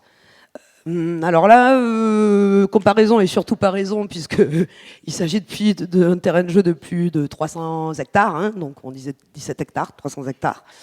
Il leur faudra des décennies, il en aura déjà fallu pas mal, mais il y en a encore pour quelques décennies avant que le projet ne se termine. Et peut-être que tout à l'heure, ce qui était intéressant dans l'évocation à Saint-Esprit, c'était ce site en fait avec une valeur patrimoniale de site d'accueil, de terre d'accueil. Peut-être qu'à Nantes, ce qui est intéressant, et ce qui fait vraiment la caractéristique de l'île de Nantes, c'est que le socle patrimonial, en fait, c'est la trame des espaces publics. C'est comme ça que ça a été conçu. Alors, l'île de Nantes, comment je ne peux pas m'empêcher de parler du concepteur, parce que lorsqu'on est étudiant en urbanisme, on est un peu fan d'Alexandre Chemetov, qui est donc le concepteur de l'île de Nantes, et je parle quand même un peu de méthode aussi. Donc, je vous ai dit, ce qu'on a posé, c'est la trame des espaces publics, et mine de rien, sur 330 hectares, c'est près de 150 hectares à créer ou à rénover, renaturer, puisqu'on est sur les bras de la Loire. Hein. Donc du coup, ça peut aussi, je pense, nous donner quelques idées ou au moins une inspiration. Donc ce projet, il commence dans les années 2000 et en fait la méthode d'Alexandre Chemetov, dont je vais quand même me permettre de faire une petite citation tout à l'heure parce que c'est pareil, je ne peux pas résister, c'est qu'à un moment, faire de l'urbanisme, c'est aussi très aléatoire parce qu'il faut longtemps. Josette, vous nous le disiez tout à l'heure pour Denis Delavoye, qui quelque part était, alors un urbaniste, je ne sais pas, un aménageur, c'est certain. Du coup, et cette histoire, on a bien vu même à l'époque que c'était un petit peu long pour réaliser des choses et qu'il y avait des turbulences en fait. C'est pas toujours comme on l'a écrit au démarrage. Et je crois que c'est d'autant plus vrai en 2023. Et donc la méthode, c'est de poser un plan guide où il y a une trame un peu affirmée, c'est celle des espaces publics. Et puis après, on laisse aussi un petit peu à l'aléatoire. Donc des fois, on va démolir, des fois, vous verrez quelques photos, on va pouvoir habiter en effet un hangar qui n'était pas du tout fait pour ça, mais on en démolira peut-être une partie, on va le réadapter, on va garder des traces. Et en fait, ce plan guide, ça fait 20 ans qu'il existe, hein, parce qu'il a commencé à travailler dans les années 2000. Il s'est succédé avec d'autres concepteurs.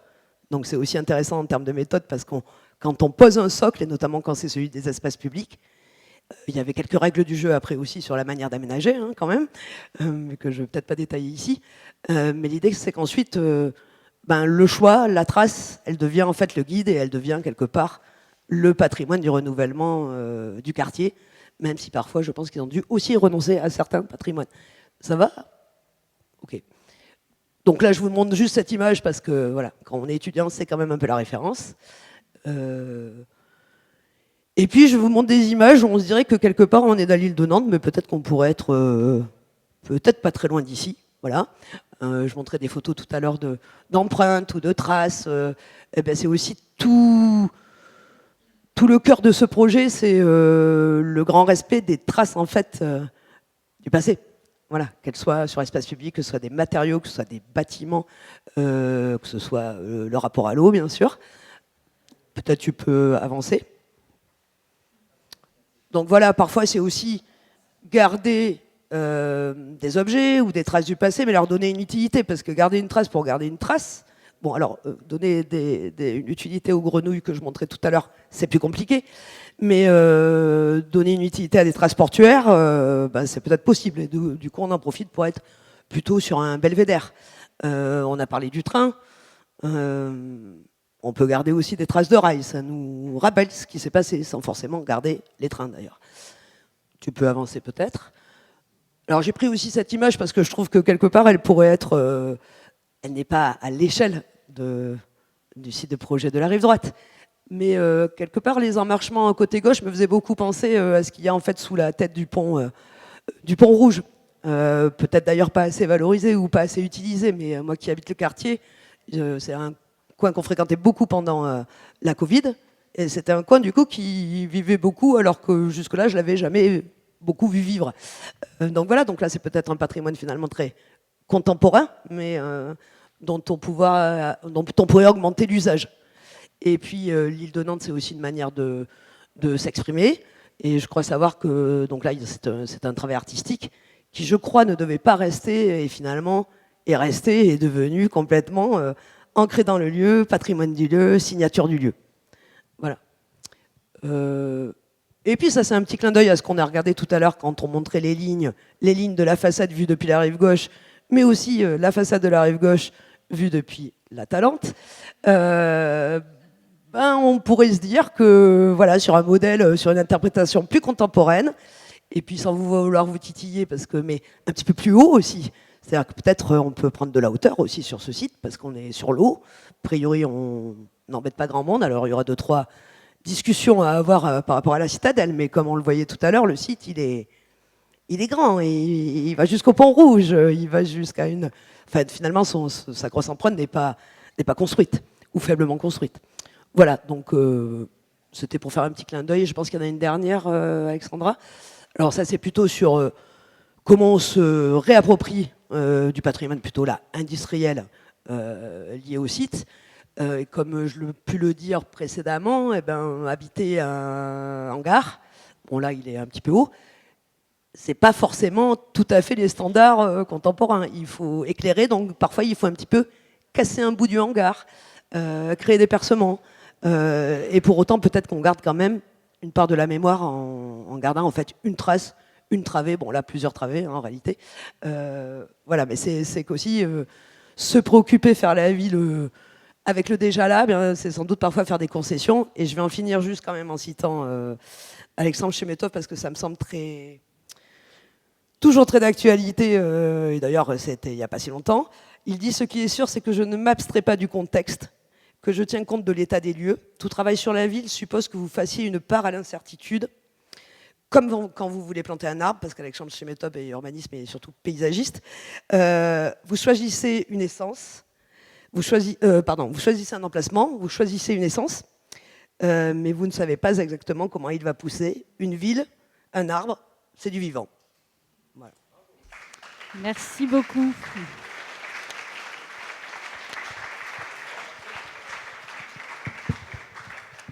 Merci beaucoup Marie-Pierre pour ces éléments d'éclairage.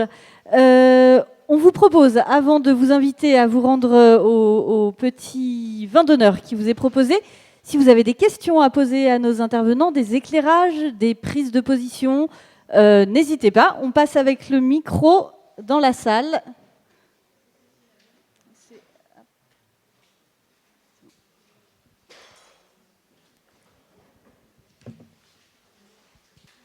Oui, bonjour. C'était très intéressant. La première chose à laquelle on pense quand on voit le site tel qu'il est dessiné sur la rive droite, c'est qu'il n'y a pas beaucoup de villes en France qui disposent d'une telle opportunité. Et il y en a beaucoup qui vous jalouseraient.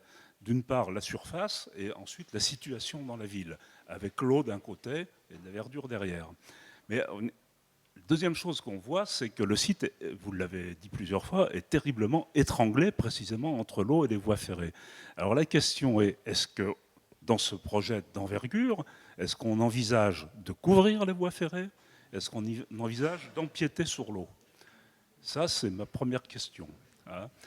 Deuxième question. J'ai vécu très longtemps à Lille et j'ai toujours entendu Pierre Mauroy se plaindre de ce que son prédécesseur, Augustin Laurent, qui n'avait pas beaucoup d'ambition urbanistique, et négligé de répondre favorablement à une proposition du général de la place qui lui proposait de lui donner la citadelle, qui est exactement comme la citadelle de Bayonne, une citadelle à la Vauban, une surface à peu près équivalente, de lui donner la citadelle en échange de terrain à l'extérieur de la ville, qui aurait été plus pratique pour l'armée pour accéder, partir, faire des exercices de tir, etc. Les exercices de tir, on sait ce que c'est. Hein. Donc, Pierre Mauroy, il s'est plaint toute sa vie d'avoir loupé cette opportunité pour sa ville. Et donc, la question provocatrice, c'est est-ce qu'il y a un général à Bayonne qui serait capable de discuter d'un tel projet? Merci pour ces deux questions. Je vous propose qu'on prenne une série de 4-5 questions et puis on y répond juste après. Y avait-il d'autres questions? Demande de précision, éclairage? Là, madame, là, juste là, Alexandra, deuxième rang. Oui, moi je voudrais juste avoir une explication pardon, sur l'histoire de ce très bel immeuble de l'hôtel Ibis qui tranche complètement avec le reste et qui est extrêmement bien placé. Très bien. Alors, on peut peut-être répondre pour commencer à ces 3 questions et on revient juste après, monsieur. Alors, attendez, il y a 2 autres questions et on répond. Allez, le monsieur là devant. Là, juste là. Oui, moi je fais la question et la réponse, mais c'est bien aussi. Quand vous dites un étranglement, je l'ai entendu plusieurs fois, on l'a vu déjà lors de l'autre soirée de première réflexion, vous en avez parlé chacun à votre tour de différentes manières, mais évidemment deux situations, deux aménagements possibles. Enfin, d'évidence, on ne fera pas forcément les mêmes choses, les mêmes hauteurs, les mêmes ambitions de transformation au pied de la citadelle et un peu plus loin où ça ouvre beaucoup. Enfin, on en a parlé l'autre jour avec l'urbaniste selon l'endroit du site où hollandais là, qui m'a paru très Güller, intéressant. Mathis Güller. Ouais, on en parlait et ça paraît évident qu'on ne fera pas forcément les mêmes choses aux mêmes endroits. Voilà. Merci pour cet éclairage. Et alors, monsieur avec la chemise rose. Oui, bravo tout d'abord aux intervenants pour leur excellente présentation. C'était absolument passionnant. Alors moi, je me suis toujours interrogé, il y a un bâtiment en pierre de taille sur la perspective. Je crois qu'il abritait, avant d'être condamné, une agence immobilière. Et je me suis toujours interrogé, que faisait ce bâtiment, ce superbe bâtiment, entre les autres qui sont franchement moches, quoi. Alors si vous avez une explication historique, merci. Merci. Alors, je vous propose qu'on commence par répondre à ce lot de questions. Alors, peut-être qu'on commence par les questions qui concernent le plus ancien. Est-ce que quelqu'un a un éclairage à nous faire sur l'histoire de l'immeuble Ibis? De l'hôtel Ibis, pardon. De l'hôtel Ibis. Alors, on va l'appeler l'hôtel Lousteau, qui a été également dénommé pendant longtemps le château, puisqu'il avait quelque chose de majestueux. Pardon. Donc cet immeuble qui est à la tête du pont, effectivement, il date de 1786. Vous avez la date dans la ferronnerie, si vous la cherchez, au-dessus de l'entrée. Et il a été édifié par un négociant de la communauté israélite qui avait fait fortune et qui s'appelait Monsieur Abraham Suarez. Voilà, donc il est un signe. C'est vrai que j'en ai pas parlé parce que je m'en suis tenue à la section vraiment qui nous occupe, mais il est un signe aussi de la présence déjà de la communauté juive, notamment, enfin en particulier à Saint-Esprit, et de la réussite de certains de ses membres sur le plan économique et lié à l'activité portuaire. Madame Ponté, vous voulez Oui, sur cet immeuble, ma collègue Marilyn Chevrel est en train de travailler beaucoup et elle va prouver que cet hôtel n'a pas été fait du tout par Suarez, mais par Delvaille. Donc, En avant-première. je vous assure, oui, c'est en avant-première. Et il y a eu une erreur qu'on a répétée, qu'on répète immanquablement. Alors, je vous informe de cette recherche et je vous donne rendez-vous à une prochaine conférence qu'elle donnera sur ce sujet. Merci pour la nouvelle en avant-première. Une petite précision de plus. L'hôtel Lousteau est construit sur pilotis, comme beaucoup de constructions surveillantes, puisque c'était, comme on a vu, des marécages dans ce lieu. Et on dit que les pilotis ont coûté aussi cher que la construction de la maison. C'est pour vous dire le renfort de pilotis. Voilà. Merci. Une autre question sur un autre bâtiment, le bâtiment Pierre de Taille, qui abritait une agence immobilière. Monsieur Ambric, sans doute. Qu'est-ce qu'il fait là? Je pense que vous parlez de la façade en briques rouge, dit Napoléon, enfin dit l'immeuble Napoléon. C'est monsieur qui était là-bas. Pardon.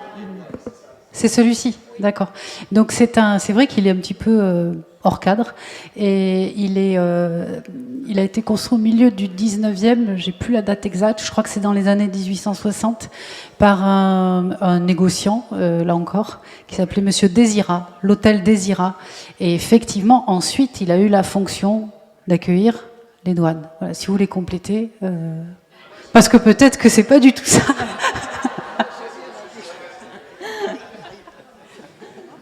On va avoir plein d'avant-premières ce soir, peut-être. Sur peut-être une autre avant-première, mais je ne pense pas. Sur la citadelle, grande question qu'on avait déjà eu le 25, lors du dernier atelier. Est-ce que des discussions vont être ouvertes pour qu'éventuellement les militaires soient déplacés? Qui nous répond à cette question? Alors, une réponse historique.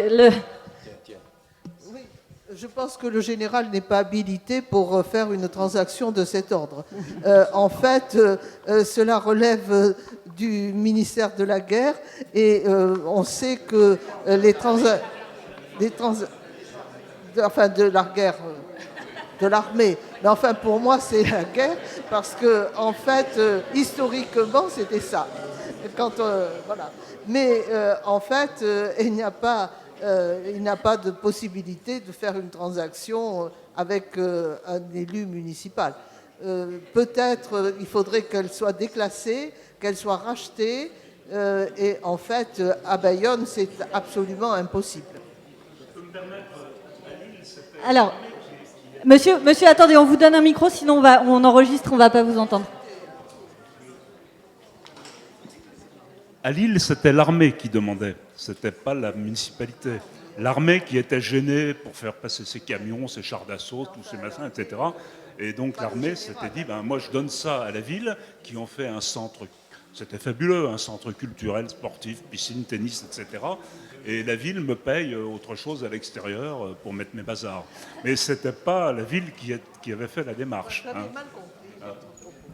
Merci pour ces précisions. Une autre question, à savoir s'il était envisagé de couvrir la voie ferrée et de construire sur l'eau.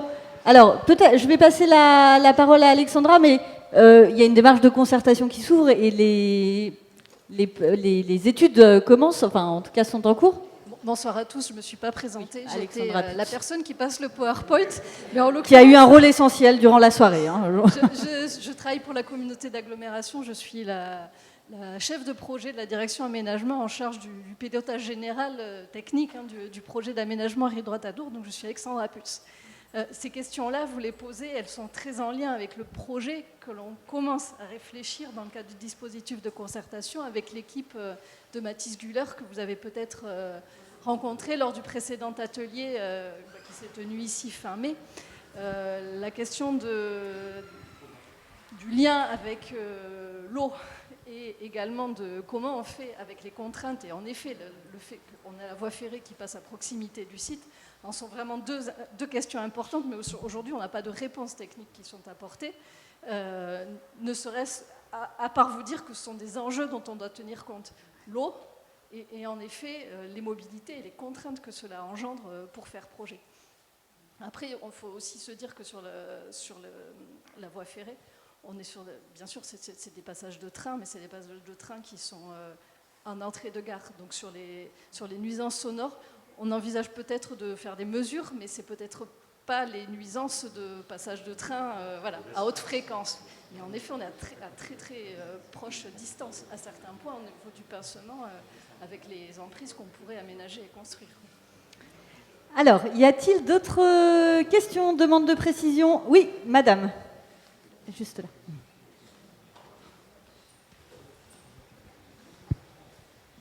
Bonjour. Justement, en rapport avec l'eau, si on détruit, si dans l'éventualité où on détruirait les... qui sont, je pense, également aussi sur pilotis, ces bâtiments ces hangars, ces chais. Est-ce qu'on voit l'image? Oui. Est-ce que c'est sur pilotis? Non, c'est pas sur pilotis. Sur pilotis. Donc les nouveaux, si on enlève, si on abat certains de ces bâtiments, les nouveaux bâtiments, est-ce qu'ils seront, eux, obligés? Parce qu'il faut qu'on tienne compte aussi de la montée des eaux, quoi. Comment ça va se passer à ce moment-là? Alors, comment on tient compte du risque inondation, y compris dans les nouvelles constructions? D'accord? Y a-t-il d'autres questions? Alors, monsieur, juste là, devant.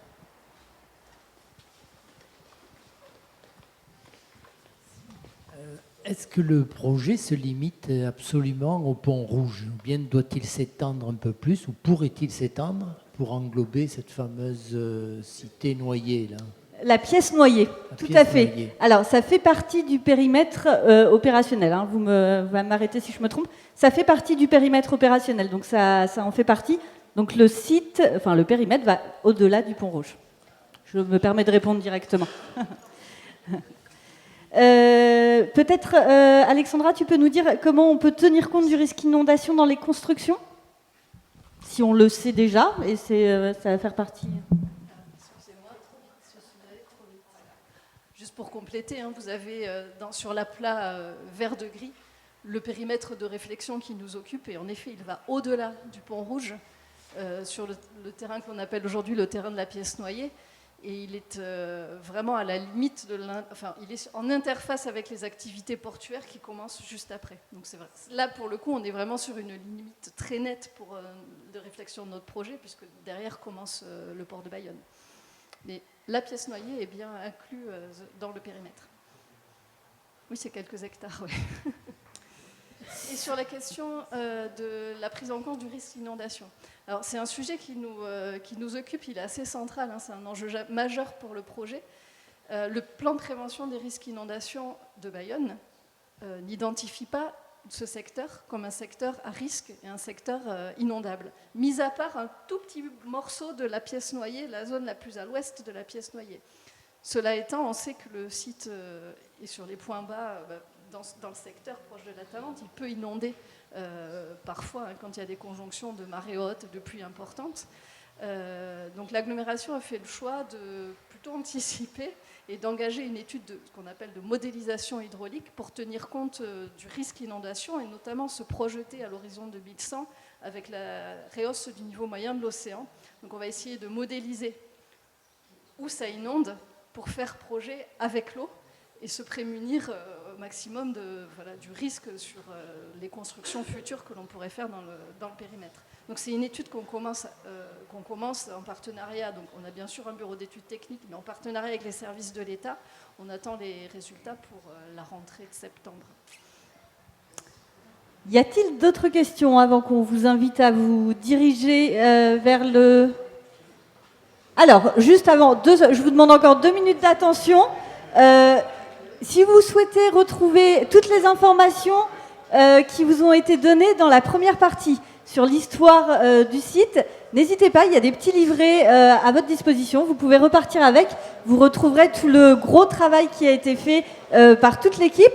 Deuxième chose, n'hésitez pas à vous inscrire. Comme on vous dit, les échos s'inscrivent dans un cycle avec des ateliers de concertation également pour penser l'avenir. N'hésitez pas à regarder régulièrement les informations et à consulter vos mails et vous inscrire aux ateliers de concertation. Le prochain, ce sera en septembre, donc on vous y attend voilà, avec enthousiasme. Et puis, on espère que ce premier écho vous a plu et que voilà, ça sera la série ça sera le premier d'une longue série. N'hésitez pas à aller voilà, prendre un verre.